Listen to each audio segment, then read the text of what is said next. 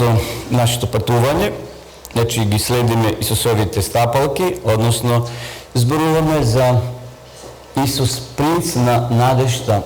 Ке се допреме до градот Наин, Ерихон и Витанија.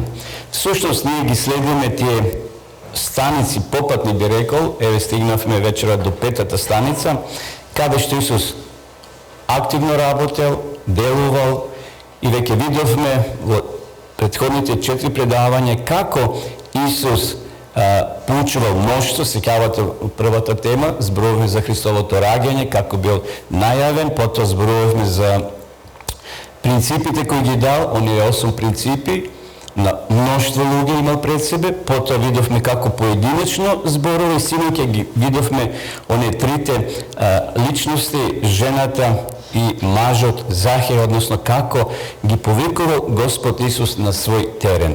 Вечера ќе одиме еден чекор понатаму. Темата е малку потешка за разбирање, односно лесна е темата, но тематиката е тешка. Ќе зборуваме за смртта. И затоа јас ова тема е нареков Исус, принц на надежта. Исус е нашата надеж. Ќе ги посетиме овие 3 места кај што се случиле чудни работи. Починале некои луѓе. Исус ги излекувал, односно ги воскреснал. Но на почетокот е еден пример, почнуваме секогаш со некој пример актуелен, да извлечиме корисна поука. Сенка на смртта. Господинот по име Доналд Банхаус бил доктор по теологија. Значи бил проповедник. Му починала неговата сопруга. Значи му умрла жената. Тој се сметал дека е толку храбар и силен што може да зборува на погребот таму пред сандукот на неговата сопруга за надежта преку гроб, зашто и тој самиот проповедал и тој верувал во надежта преку гробот. И затоа собрал сили тој да сподели таа и жалост и тага, но и радост во надежта преку гробот. Поминали неколку денови, погребот бил закажан и тој тргнал заедно со децата, имал 2 керки во колата и се возеле. Додека излегувале од градот, најшле на еден семафор.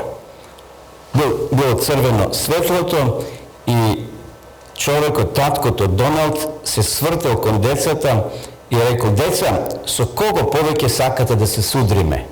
Со камионот кој го гледаме или со неговата сенка?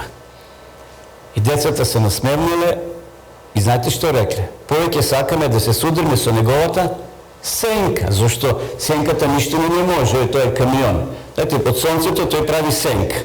Меѓутоа, кога би се удриле директно со камионот, кола со камион, сигурно би се доживела трагедија.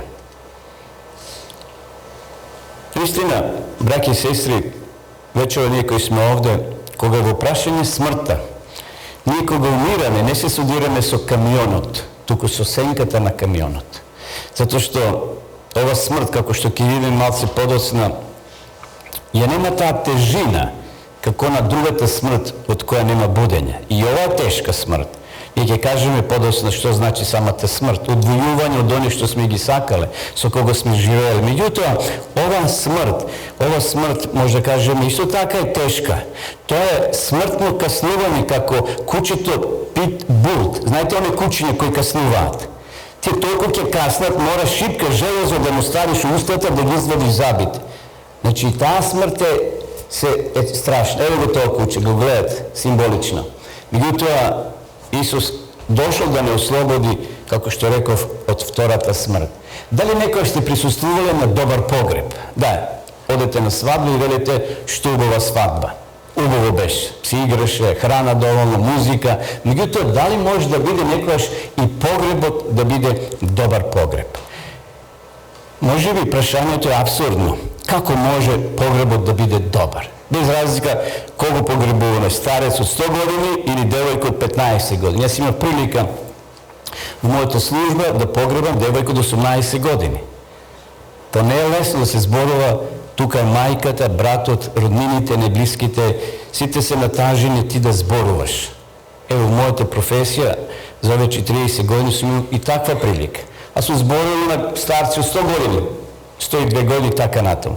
Но жалоста е иста. се разделуваме од нашиот сакан, од пријател, мајка, татко, брат и така натаму. Дали имаме нумава чудесна комбинација на израз? И затоа ние ќе анализираме вечерва 3 библиски настани и ќе видиме дека тие погреби кои се случувале кога Исус бил присутен станале добри погреби. Зашто на крајот било happy end, среќен крај доживеале тие луѓе кои ги погребувале своите најблиски. Ајде да одиме најпрви во местото Наин. Тоа е мало градче, Наин, еве го овде. Ќе го читаме веднаш библискиот текст, потоа Исус отиде во градот наречен Наин. А со него одеа неговите ученици и големо множество. Рековме повеќе пати дека Исуса го прателе мноштво луѓе, некои од радозналост, некои да научат нешто, а некои да го фатат. Значи 3 категории на луѓе. Да го фатат во замка неговите зборови. Имало тука и војници во цивилка. Зашто се плашили да не кренат некој востание. Зашто тоа била римска провинција, односно римјаните управувале и секое множество на луѓе, тоа било потенцијална прилика некој да ги збуни луѓето, да ги повика на отпор или на бунт против актуелната власт, или големо множество.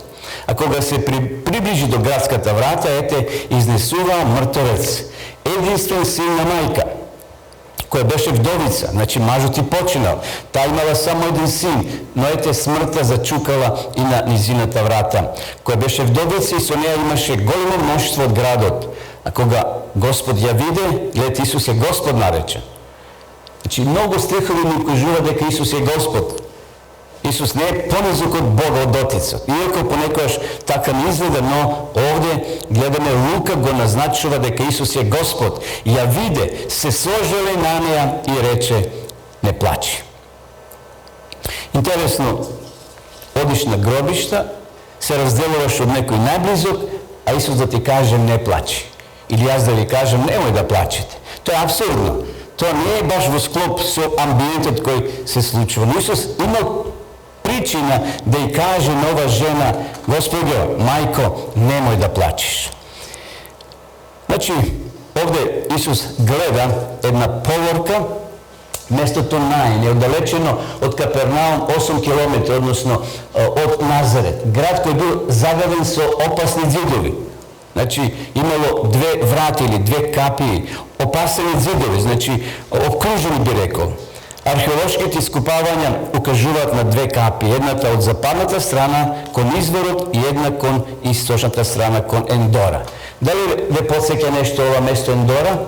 Тоа е село каде што Саул, сеќавате таму Самуиловата книга, одел кај жената вражарка да праша дали неговата идеја ќе биде добра. Сеќавате, бил преоблечен во обичен граѓанин, а тој бил цар и дошол кај оваа жена во Ендора. Ели сега имате една слика, значи каде се наоѓа ова место мало Наин. Исус е и на картата овде, може да го видите. Значи Исус сега доаѓа овде. Интересно, сега поворките веќе ги нема по градовите и по селата. Има капели, таму се носе починатиот и од таму почнал поворката и близу е гробот и тука завршува се. Порано знаете, и во градовите се имаше поворки. По пола час се одеше, па собрекарјат го запираа, па музика свира, па тоа се ствараше голема нервоза кај луѓето. Но, како е да е, овде гледаме, замислите сега поворка, Исус со учениците доаѓа и гледа поворка. Се распрашал кој што е, и веќе информации добил, иако Исус се знае однапред, но се приближил Исус до самата поворка. Интересно, Исус решил да дојде заедно со своите ученици. Понатаму погребот е во тек. Еве една слика од Блискиот Исток како ги мртвите тие носат. Знаете, тие немаат сандаци како кај нас. Едноставно, во тоа време немало затворени ковчези. Гледате на телевизија на Блискиот Исток како ги носат. Замотени во платно, ги носат во некој како дрвчини имат, односно некои лежала, кај што лежат покојните, но немат класични сандаци како кај нас денеска. Во бело платно го замотувале и го носеле телото до местото на погребот. Дури и на сиромашните семејства во тоа време изнајмувале жени или луѓе кои плачеле или кои свиреле. Тоа било дел од поворката, дел од погребот во тоа време. Значи, богатите имале поголем комфорт и можеле повеќе луѓе да платат, но обавезно барем една жена била платена која ќе плаче. Значи, која цело време ќе изразува жалост. Претежно свирачите свирале на флейта. Ја придржувале самата поворка. Во тоа време, значи, погребот го правиле во пештери. Еве една пештера е пронајдена. Значи, тука го носеле телото, замотано во платно, го полагале на карпа некоја, на камен, додека телото не се распадне, кога ќе се распадне, коските ги собирале, ги ставале тогаш во некој ковчег и ги закопувале. Тоа била нивната пракса за погребување. И сега замислите, се приближува Исус и вели: жено, немој да плачеш. Необично Исусово обраќање. Како да не плаче кога жената останала вдовица, без маж, а сега умрело детето и единствениот потпирач за нејзиниот иден живот. Во тоа време, жена која ќе остане без сопруг, без маж и без деца, без пород, била осудена, која ќе го потроши мирозот, така се вика тоа, мирозот што го добила, која ќе го потроши, таа останува на милост и на немилост. Значи, едноставно нема никаква заштита. Исус овие зборови не плачи, всушност ги искажува своите чувства и на Исуса му било жал. И ќе видиме подоцна кај Лазара дека и тој заплаче. Значи Исус плачел и тој бил човек, иако бил Бог во човечко тело, меѓутоа ја изразува својата жалост, своето сочувство кон жената која се разделува од низиното чедо. Неговото срце било допрено од тагата и болката на жената. Гледайте, Исус бил човек, Исус не бил од камен и тој се чувствувал со самата жена, но знае дека крајот ќе биде радостен, ќе биде среќен и затоа вели: жено, не плачи. Исус знае дека нема причина жената да плаче, бидејќи знаел што ќе направи за која минута. И денеска и ние плачеме. Нема никаков греф кој ќе бидеме на погреб, ако некој најзблизо заминал, некој пријател, кога сме на гробиште, тоа е време за плачење и нема никаков греф. Меѓутоа, ајде да читаме сега текстот. Тогаш се приближи, го допре носилото, носителите пак застана. Во тоа време, според еврејските верувања и тумачења и правила, не смеш да го допреш ковчегот или умрениот. Ако тоа го направиш, ќе бидеш 24 часа нечист. Значи, не ќе смеш да се поздравуваш, не ќе смеш да влегуваш во друштво. Меѓутоа, очигледно, Исус го допрел. Верувале дека се пренесуваат, болести така натаму. Исус вели: момче, тебе ти зборувам, стани. И сега Лука тоа го пишува од медицински аспект. Тој бил доктор. И вели: мртвиот седна и почна да зборува. А тој го предаде на мајка му. И страх ги офати сите. Го славија Бога и велеа: голем пророк се јави меѓу нас и Бог го посети својот народ, и се разнесе овој глас за него по цела Јудеја и по цела околина. Замислите таа ситуација. Реков, според нивните обичаи, верски, не смее друг човек да го допира сандукот или умрениот. Следните 24 часа ќе биде нечист. Меѓутоа, гледаме овде дека Исуса тоа правило не важи. Никаква болест, никакви инфекции на Исуса не му можат ништо. Тоа го видовме и во претходните случаи кога тој лекувал и едноставно воскреснувал мртви. Овде се наоѓал господарот на животот. Тоа куче, питбул, ништо не може на Исуса да му направи. Колку да стега со смртта, Исус е отпорен. И затоа Исус има власт. Таму пише во Откровение 1 глава: или јас ги имам клучевите од гробот и од смртта. Исус всушност ја победил смртта со својата смрт. Интересно. Смрт со смрт ја победува. И затоа Исус дошол на оваа земја да ја победил на втората смрт. А ова првата смрт ние ќе видиме Исус со што ја споредува. Ги теши ужалостените и вели: не плачете. Улива надеж во повторна средба. Го воскреснува мртвиот, го враќа на неговата мајка. Понатаму може да кажеме дека и ние денеска сме каснати од тоа куче кој сака да нас грабчи целосно. Мислам дека нема семејство во светот кој не изгубил некој свој најблизок. И ние сме плачеле. И јас плачев за мајка ми. И за татко ми пред некоја седмица. Еве, тие тука почиваат. Но со надеж и со вера, дека тоа куче кој не каснало, наскоро ќе биде победено. Кучето на смртта зборувам. Наскоро тоа ќе биде отстрането, за секојаш ќе се сретнеме со нашите мили драги. Но додека тоа се случувало, додека Исус веќе завршил со погребот, условно кажано, доаѓа гласник од Ерихон. Сега се префрлуваме во Ерихон, бевме во Наин, сега од Ерихон доаѓа човек, началник. Тој слушнал за Исус дека лечи, дека прави чудо, дека воскреснува.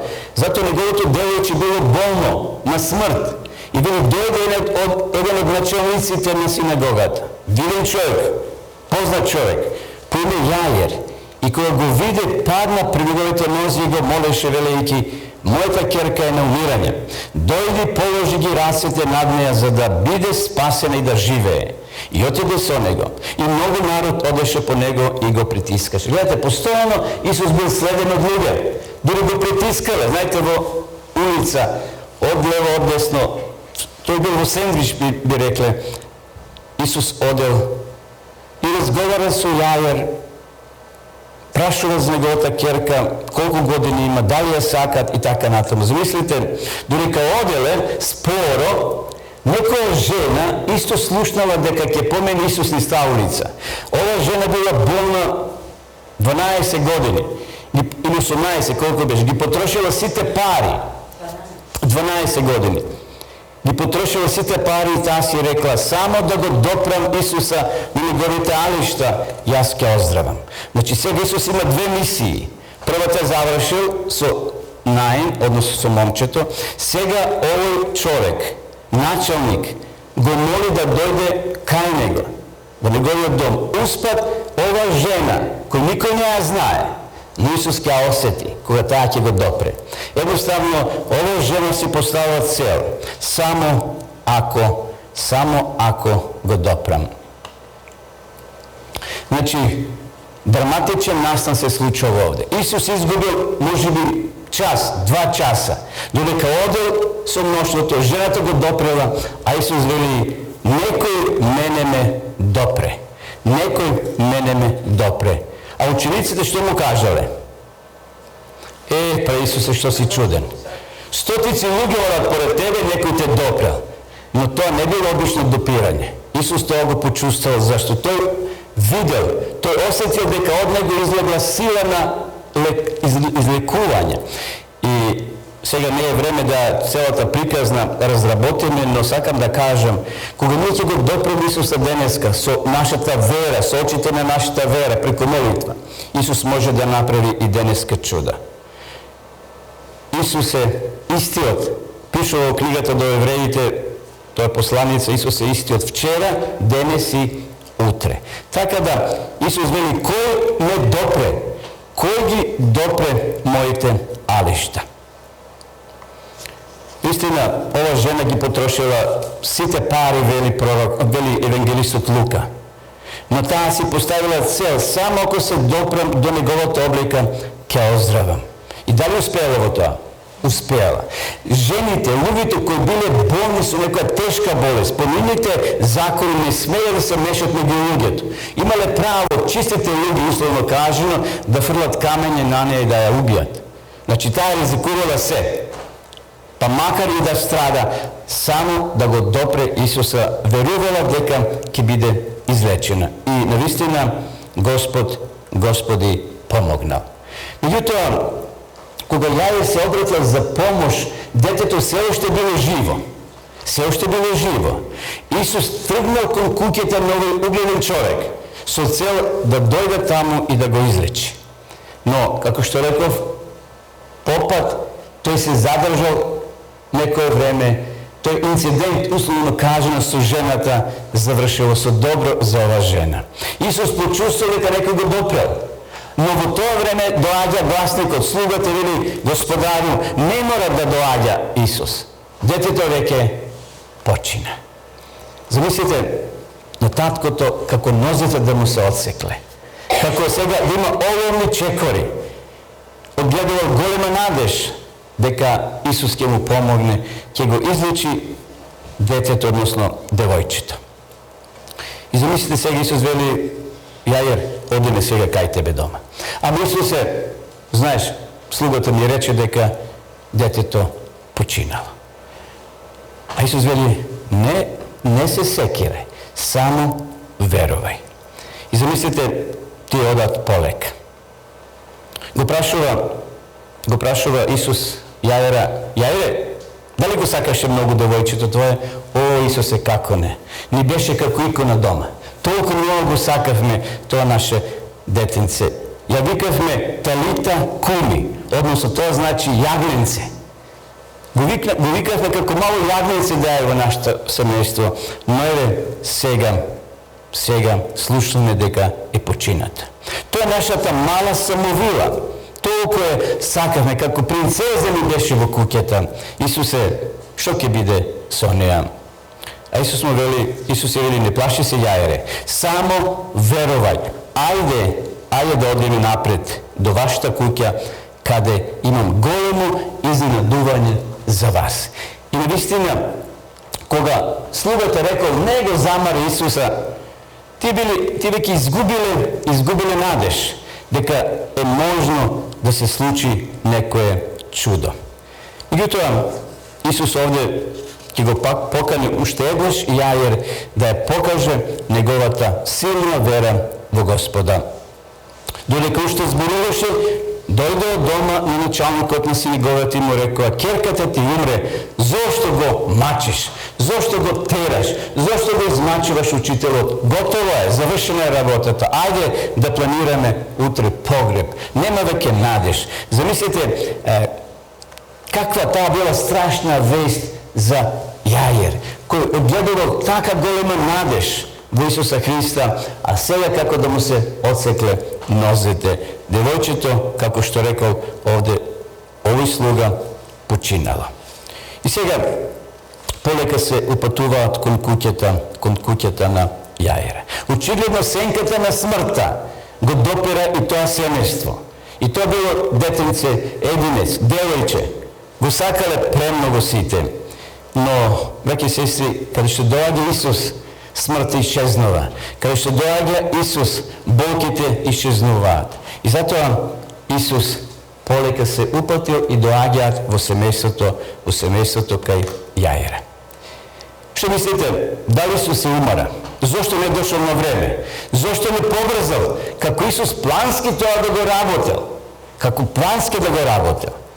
Зарем за негој напор да разбуде мртвец? Веќе имаме примери. Еве, пред малку зборувавме за момчето во Наин, па зборувавме за други случаи и вечера ќе споменеме уште еден случај кај што Исус воскресал мртвец. Зарем има некаков проблем за поглаварот на надежта кој води грижа за секое очекување на нашето срце? Зарем не било тешко да дојде до куќата на Јаира? Но Исус се плански работи. Кај Исус нема нешто случајно. И затоа вечерва ќе порака за нас да не брзаме, да не бидеме брзоплети. Знаете, кога ние се молиме за некој проблем, Бог одговара на 3 начини. Понекогаш вели да, понекогаш не, а понекогаш почекај. Тоа се 3 Божји одговори. Наше да бараме, наше да молиме, а решението да го препуштиме на Бога, зашто Тој ги знае работите по-добро и од нас самите. Зар не знаеш, вели пророк Исаија, зар не си чул, Господ е вечен Бог, Творец на земните краишта, Тој не се заморува, не постанува и неговиот туе не измери. Значи Бог не се замара, Тој не се заморува, не постанува, не застанува како ние што се умараме. Бог е постојан, почитувани, само наше да му веруваме на големиот Бог. И затоа Исус му вели: Јаире, не плаши се, само верувај, али да одиме во твојата куќа. И како што веќе опишав, додека оделе попат, тој го прашува, Исус го прашува Јаир, разговараат, сакал да го наведе на тоа повраќање на верата, да неговата вера да расте се повеќе и повеќе. Иако во тие мигови, знаете, кога ќе се соочиме со смртта на своето дете, тоаш може верата е на нула. Како на акумулатор кога нема струја натре. Верглаш ништо нема. Меѓутоа што сакал повторно да ја заакне верата во Јаира, да разбере дека тука е творецот на животот, изворот на животот, дека за кој минута повторно ќе го имаат детето во нивните раце. Исус му влева надеж на Јаира. Исус го храбрува. Не плаши се, само верувај. Браќи и сестри, Исус така постапува со сите нас. Тој постапува со луѓето со скршено срце и му патува зборови на утеха и охрабрување. И ние како луѓе се изразуваме сочувство, се охрабруваме и даваме утеха на другите, но тоа е човечко. Кога Исус ќе ни утеши, тоа е навистина вистинската утеха и вистинското охрабрување. Понатаму читаме во 37 до 39 стих. Сега Исус дошол во домот, еве го овде, мноштво народ, цело двориште било. Веќе биле повикани свирачите. Знаете, како што рековме за она момче кога веќе повикале свирачи. Биле повикани жени платени да плачат, да се создаде атмосфера што поголема жалост. И никому не дозволи да оде со него. Значи сега Исус вели каде е девојчето, таму во соба, и сите ги отерал. Натре со него дошле повторно, кои си тие? Они што бија горе на преображени, сеќавате? Тие ќе бидат повторно во Гецеманија, Петар, Јаков и Јован, но сега ќе бидат будни. Во претходните случаи тие спијат на жалост. Исус ги повикал и овие тројца да бидат сведоци. И дојде во куќата на началникот и виде врева дека плачеа и пиштија многу. Тоа не било природно пиштење, вештачки. Да се создаде атмосфера дека е голема жалост. И кога влезе, им рече, зошто викате и плачете? Детето не е умрено, туку спие. Ова ги изненадело сите присутни. Некој позади рекле, овој човек дали е нормален што вели? Па ние бевме внатре, но го гледавме пулсот. Немаше пулс. Едноставно детето не дише, нема никакви знаци дека е живо, детето е мртво. А сега тој, кој е тој? Вели дека детето не е умрено, туку спие. Гледате, уште е доказ дека смртта за Исуса е спиење, сон, како што тој ќе го каже малце покасно и кај Лазара. За Исуса ова смрт, драги мои, е спиење. Како ние вечера кога си легнеме и не сме свесни што се случи околу нас. И наутро се будиме. Дали сме спиеле 5 минути или 5 часа, воопшто телото тоа не го чувствува. Ние не сме свесни за тоа. И затоа Исус зборува за смртта како сон. Да, и ова смрт е тешка. И ова смрт е болна, зашто се разделуваме од нашите мили драги, кои сме ги сакале, со кого сме живееле. Имаме недостатство како една алка во нашиот живот, но ние христијаните сме свесни дека сме овде гости, дека смртта е, како што ели апостол Павле, плата за гревот е смрт. Ајде да одеме сега малце внатре да влеземе. Исус ги истерал сите надвор. Сите оние кои не веруваат, кои биле за подсмев овде, кои се смејувале со своите зборови, Исус вели, бегете надвор. Тука само да останат луѓе кои имаат вера. Само оние кои веруваат во моите зборови. И замислите, толкова луѓе полека се повлекле. Се повлекле надвор. Исус не се радува на смртта. Рековме, и тој жали, но тој знае дека сега ќе се случи нешто убаво за ова семејство, за Јаира, за неговата сопруга и за најблиските. И одеме понатаму да видиме што се случува. Иронично неверство и озбилна вера. Значи, никогаш да не забораваме дека они што ние ги нарекуваме смрт за Исус е само сон. Веќе тоа го објаснив. Исусовата изјава е примена со посмев. Значи, некој му се подсмевале. Кога Исус вели, не е детето мртво, туку спие. И они кои биле платени за плачање и пријателите го гледали Исуса со посмев, со омаловажување. И си рекле, кој е сега овој? Но Исус сакал да им каже, драги браки и сестри, драги пријатели, дека кога смртта ќе не допри нас, ако е присутен Исус овде, не ни може ништо. Но Исус кажал дека нова земја, човекот ќе има почеток, ќе има крај.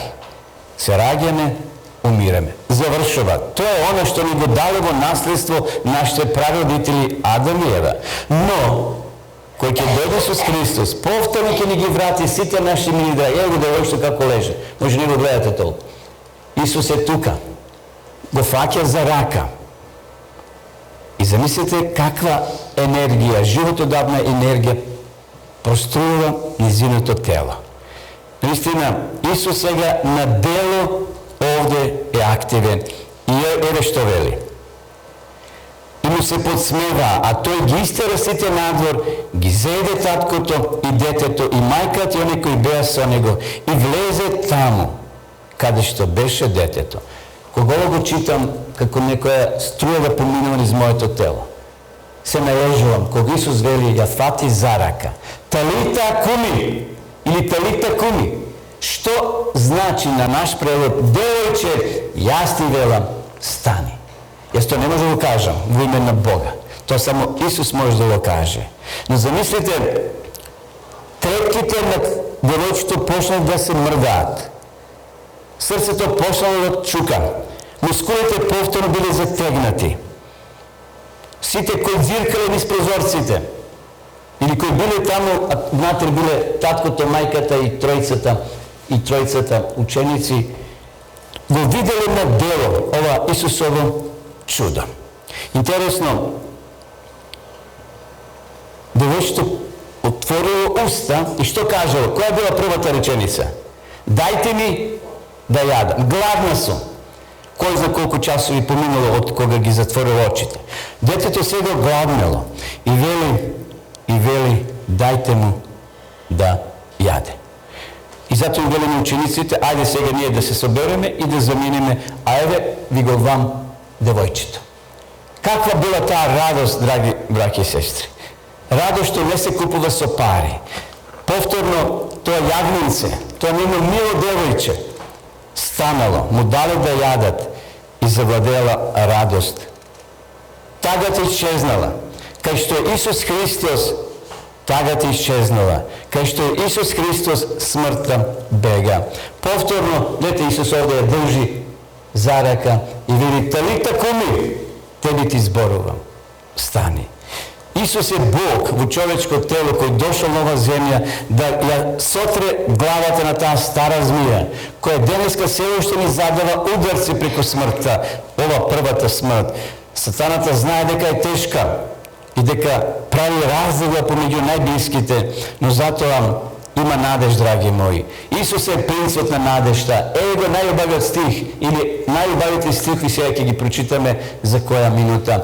Овде ова слика укажува дека ангелот наш, твој и мој, ако заминеме од ова солзна долина, повторно ќе ни ги врати нашите деца, повторно ќе ни ги врати нашите татковци, мајки, повторно нашите браќа.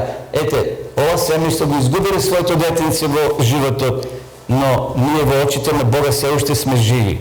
Кога велам се уште сме живи, не дека ние обстојуваме негде како жива фигура, туку ние сме во Божјата замисла. И кога ќе дојде ден на воскресението и повторно се истото ДНК, истата личност, Јов вели, јас истиот ќе го видам Бога, не друг. Јов, знаете, патриархот. Ако вели ова моја кожа се расчине, се распадне, јас ќе го видам мојот Бог. Оној кој вака постапува со луѓето со скршено срце, ветил дека ќе се врати. Ние зборувавме во првото предавање за неговото раѓање, но кажувме дека Исус ќе дојде по втор пат како господар, како цар на царевите. Се уште поседува иста сила со која може да го надвладе непријателот на животот. Се уште има сила да ги разбуди сите они кои заспале и да ги утеши ожалостените. И затоа ајде отидеме сега и до Витанија, потоа ќе ги читам оние стихови што ги најавив од посланието до Солуњаните. Во Витанија исто така се случило чудо на чудата. Чудо на чудата. Исус често пати одел во Витанија. Витанија некаде 3 до 4 километри од Иерусалим. Не знам колку има до селата тамо до Смоларе, можевете, од прилика пешки се оди за час, може би и половина. Исус често пати доаѓал во Витанија. Еве Витанија. Тука бил домот на двете сестри на Лазара. Значи на Марта, Марија и на Лазара. Тоа било милено место кај што Исус доаѓал и физички се одморал. Може би и закрепнувал малце, му давали храни така натаму. Секој се наоѓал тука во близина, кога се наоѓал во близина, Исус влегол во нивниот дом. Сакал да ги посети. Но кога Лазар починал, Исус не бил во близина. Интересно. Ова е знак дека и Божите пријатели се разболуваат, дека и Божите пријатели умираат, така да не одгледуваме некоја илузија, ако сум ја верник, ако јас го сакам Христа, нема да се разболам. Не е точно. И ние ќе се разболеме, и ние еден ден ќе умреме. Но сепак рековме, овде сме гости. Ова е живот на минување. Ние се надеваме и веруваме во еден многу подобар живот кога Исус ќе дојде. Но, ајде одеме сега во Витанија. Што се случило таму? Еве прилика, ако одите во Витанија, има знак кој ќе упати кон куќата на Лазара. Лазар се разболел. Ништо чудно. Марија и Марта испратиле гласник, ни би рекле СМС порака, или телеграма, или писмо. Човек кој отишол да го побари Исуса, тие знаеле дека Исус е во близина, негде во близина Ерусалим. Гласникот ја предал пораката за состојбата на Лазар. Натре пишувало: Господе, оној кој ти е мил е болен. А Исус напишал, да кажеме, краток одговор: ова болест не е на смрт. Но додека гласникот се вратил и Марија и Марта го прочитали, Исус вели: ова болест не е на смрт. Тоа како, например, одите вие во болница во Струмица и на болните им кажувате: а тешко се болни, знаете дека им се одредени деновите, и им кажете: ова болест, Господо, не е на смрт. Сега би ти рекле: човече, ти не си во ред. Кога гледаш кога човекот е жив, само што не починал, а ти му велиш дека не е на смрт. Така нешто изгледа и ово Исусов одговор на прв поглед. Меѓутоа тоа преку призма на нас, кога ние живееме 80, 90 или 70 години, велиме: ете, како е да е, ќе се умре, дали на 70 или на 80 години. Меѓутоа Исус има посебна намера кога кажа: ова болест не е на смрт. И најпосле учениците го прашале: што се случува, што пишуваше во писмото, што ти бара Марта и Марија?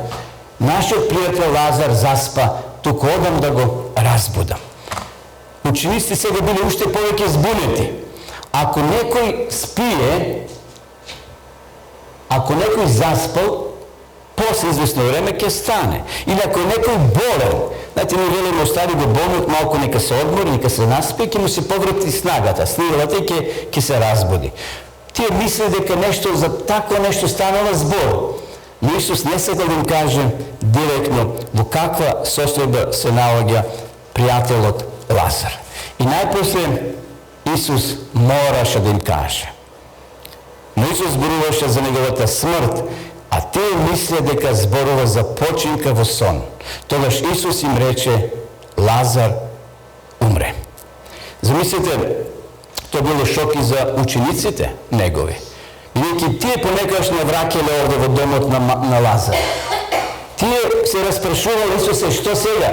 Зарем ќе одиш во таа покрајна или во тој град, во тоа место? Знаеш, во една прилика сака да те убијат.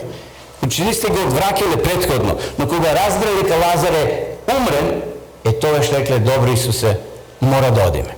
И замислете, Исус доаѓа во местото Витанија.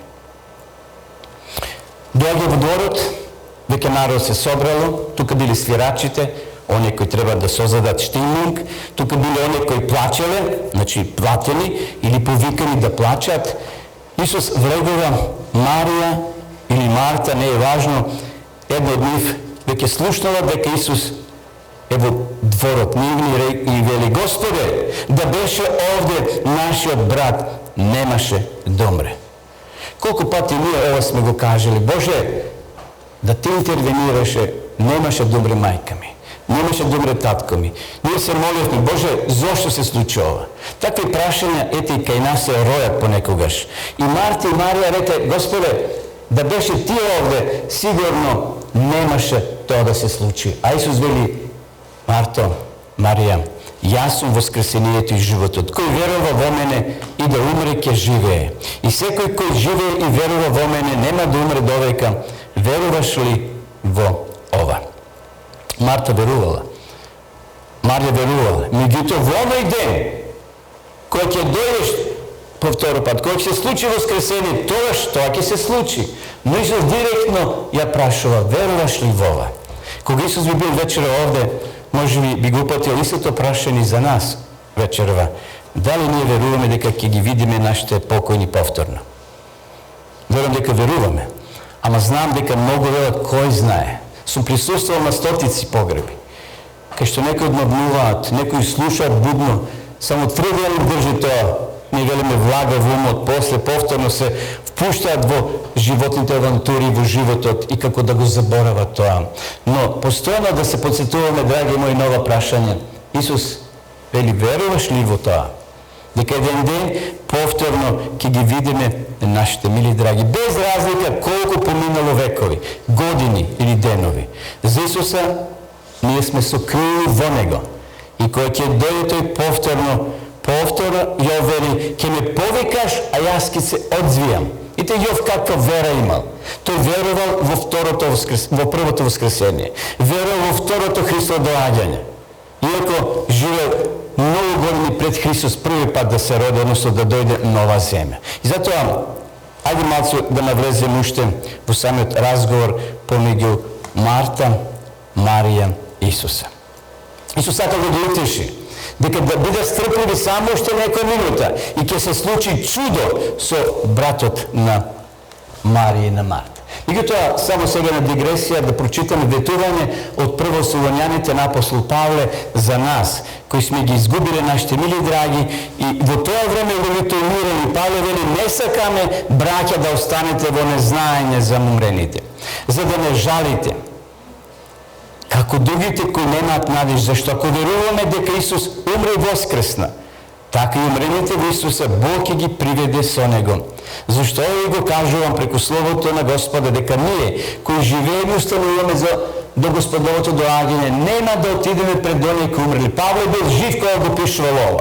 Сега и тој покој, тој чека воскресение, но во тоа време нема да ги преминеме и надминеме, да одеме пред нив во Царството Небесно, заедно, во миг на око, вели Павле. Зашто самиот Господ на заповед, при глас на архангел и при труба Божија ќе слезе од небото и мртвите, гледате во Христа, ќе воскреснат прво. Нема живите да влезат први. Сите ќе бидеме преобразени во миг на око. Павле немал друга формула или друг израз да најде. Миг на око било нешто најбрзо. Сега, знаете, имаме оние десетинки, стотинки се мерат, кога се трче, нели, ги гледаме тамо на дигитроните. Павле нема друг израз во миг на око. Тоа било нешто најбрзо. Значи, ќе трепнеш, ќе отвориш и се преобразуваш. И тогаш што види, ќе бидеме земени, грабнати, заедно со нив, на облаците.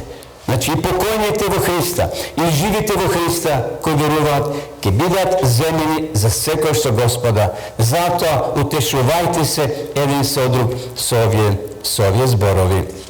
Ова било блажена надеж, драги мои, на милиони христијани кои ги дале своите животи во средниот век, во темниот век, кои биле фрлани пред лавови, во тие катакомби, во тие арени, затоа што не сакале да се откажат од ината вера во Христа. Не сакале да веруваат во некои измислени богови, во некои литургии или во некои обичаи, во некои традиции, туку сакале да се држат за ова надеж, ова блажена надеж, за сите нас кои сме ги изгубиле нашите мили драги.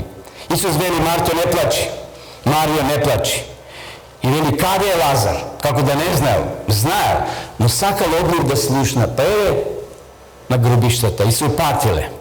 Замислите, цела полорка. Тука имало, рековме, 3 категории повторно на луѓе.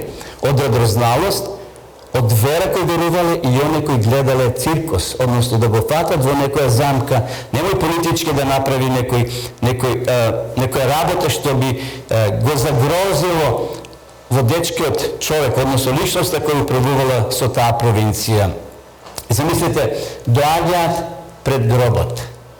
Исус заплакал пред Лазаровиот гроб. Рековме и таму вели Исус насолзи.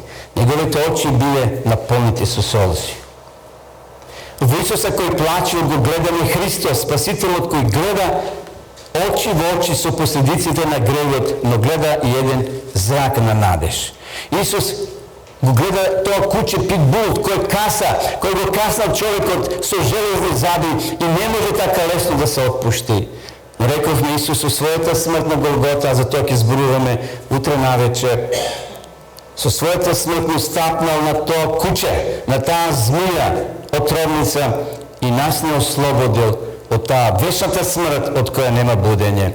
И затоа Исус доаѓа вели тргнете го каменот. Во тоа време гробниците биле исклесани во карпа и пред врата се става голем камен. Четворица јаки мажи мора да го турнат каменот за да го затворат влезот. Замислите, внатре Лазар веќе 4 дена. Исус вели тргнете го каменот. А Марта или Марија, не е важно, едно од нив вели Исусе, може би потивко, одиш предалеко Исусе, немој. 4 дена е веќе Лазар внатре, а времето е доста жешко. И по тие физички закони телото оди веќе во распаѓање. Исусе, немој.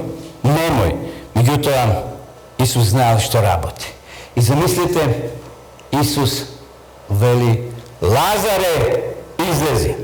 Ако Лазар веќе бил горе на небото, како што денес што има верување, драги пријатели, дека душата или човекот по умирањето оди горе во рај или во пекол или во некое чистилиште, Исус би рекол, Лазаре, ајде симни се, дојди покажи се па да те видиме. Не, Лазар ниту бил во рај, ниту бил во чистилиште, ниту во пекол. Нема ништо тако денеска горе на небото.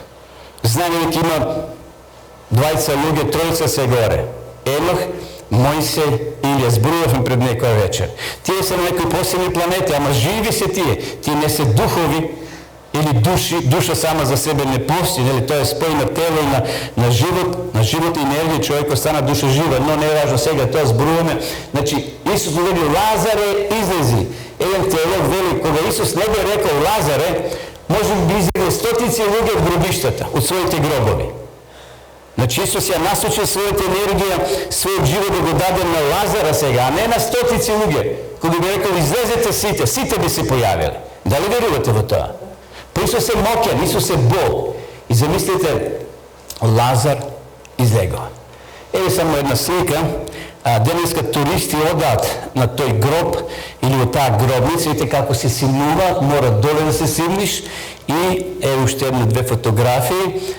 Се верува дека ова е местото, ова е гробницата кај што Лазар бил погребан.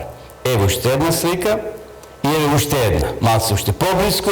Значи, тука е некаде и денеска таму е направена, соградена е црква, како знак, каде што ете Лазар бил погребан.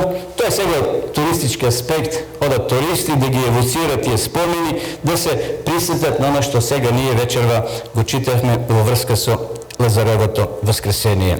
Меѓутоа, сакам да нагласам дека кога Исус се поморил и кога рекол Лазаре, излези надвор, први каменот го тргнале. Што мислите, Исус не може да го тргне со збор? Може. Како што каменот кој бил ставен Исусовата гробница, кога дошол Гавриил од небото и кога рекол Исусе, сине, излези. А таму биле поставени стражари, најјаките стражари, на елитната единица на Пилат, ништо не вредело. Исус излегол. Овој повик бил сличен оној повик кога Исус создавал, прва Мојсеева, прва глава, први стих, па до следните стихови кај што Исус вели, нека биде тоа, нека биде сонце, нека биде месечина. Сличните зборови Исус ги користи, зашто Исус е создателот на ова наша земја. Исус сега вели, Лазаре, излези. Тој се обратил на својот пријател, значи со неговото име, Лазаре, излези. Гледате како Исус не познава.